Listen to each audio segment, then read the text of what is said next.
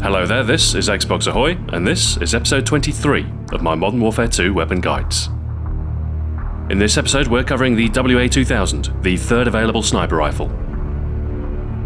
The WA2000 is a semi-automatic weapon, unlocked at level 36.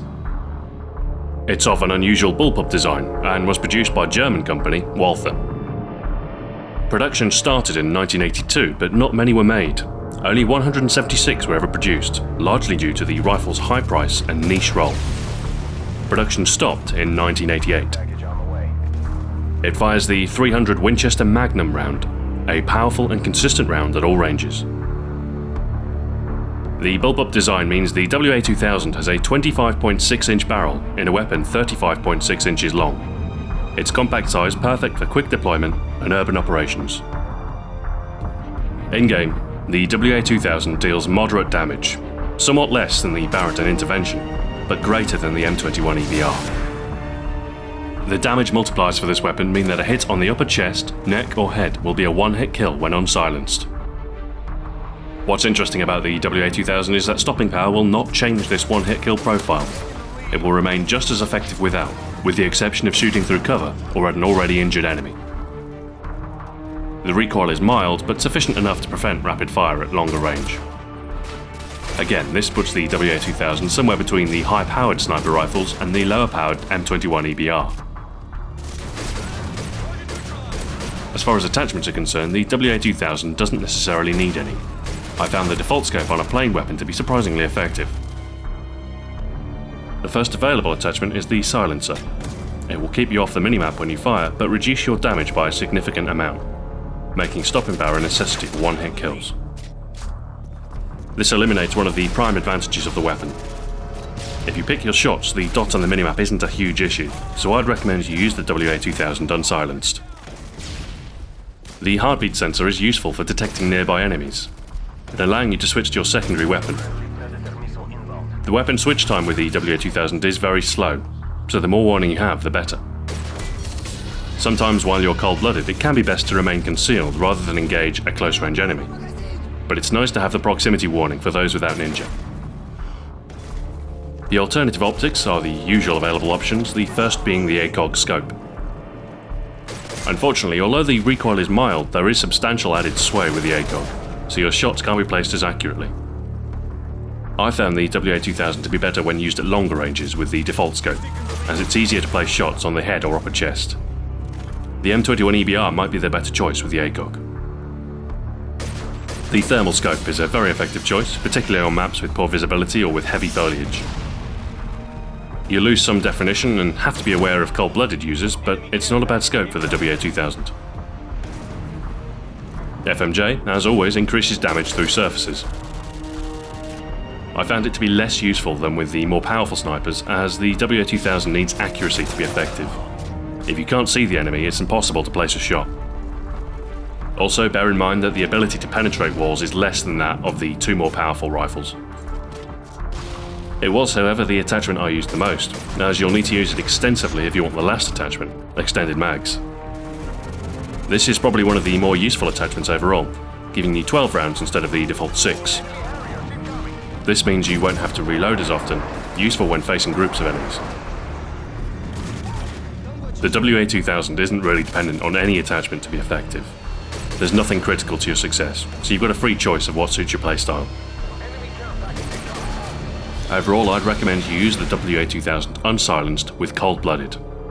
You'll be invisible to air support and UAVs, and with cold-blooded Pro, you'll often go undetected by enemies when you're prone.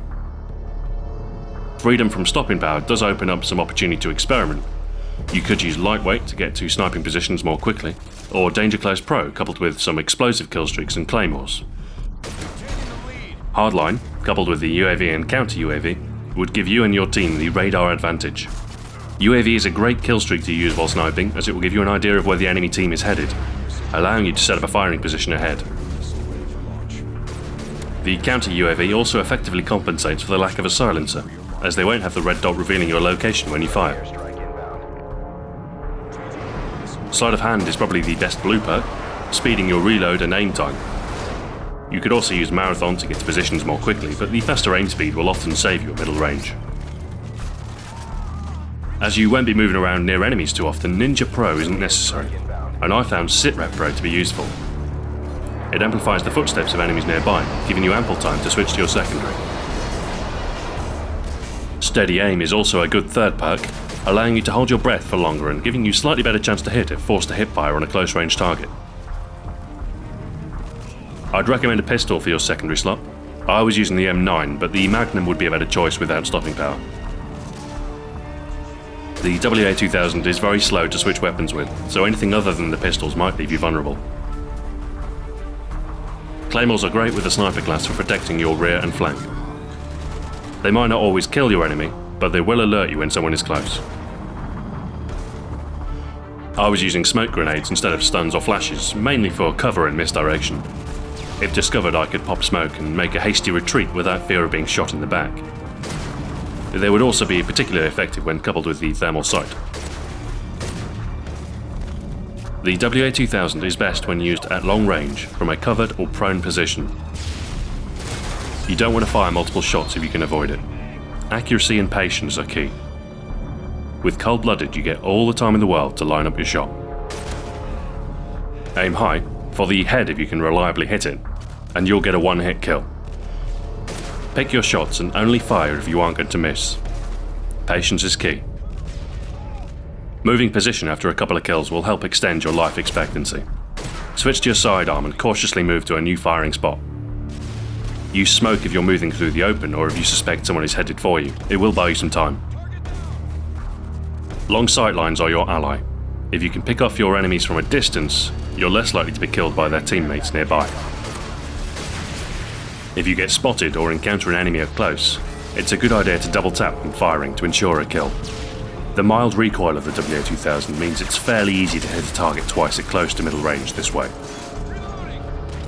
The WA2000 is one of only a few weapons that doesn't benefit much from stopping power, and that really opens up a great variety of potential tactics not seen with more common loadouts.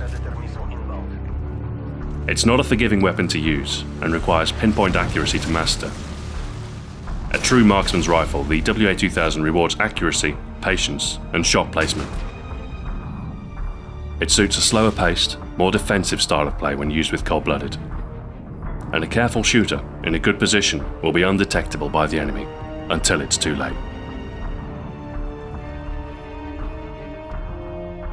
Thanks for watching. This has been Xbox Ahoy. Join me next time when I'll be covering the third handgun, the M9. Farewell for now.